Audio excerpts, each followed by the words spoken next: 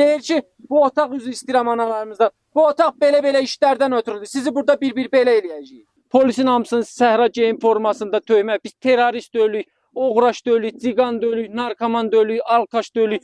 Zülüm çəkirik də burada. Günümüzə bax, həmimizin 36-37 yaşımız var, üzr istəyirəm hamımızdan. Ailə qura bilməmişik. Başımız dümmağa ağarıb burada zülüm çəkməkdən, it kimi eşələnməkdən zibillikdə. Aparırlar, soxurlar ora qardaş. Aparacaq deyə məhlənizdən avtomat çıxacaq, civinizdən nə işə çıxacaq. Nə bilim, kiminsə dadası, anası yüngül bu xadiməçiliksə, nökərçilik, hamballıq işində daha 250-300 manata hədəlirlər, onlar işdən çıxardacaq. Deyir ki, yəni bu otağı göstərir, deyir, sizi aparırıq bu otağa, orada sizi bir-bir belə-belə eləyəcək. Yəni bilirsiniz, üzr istəyirəm anamızdan, analarımızdan, yəni açıq ifadə eləmək olmur.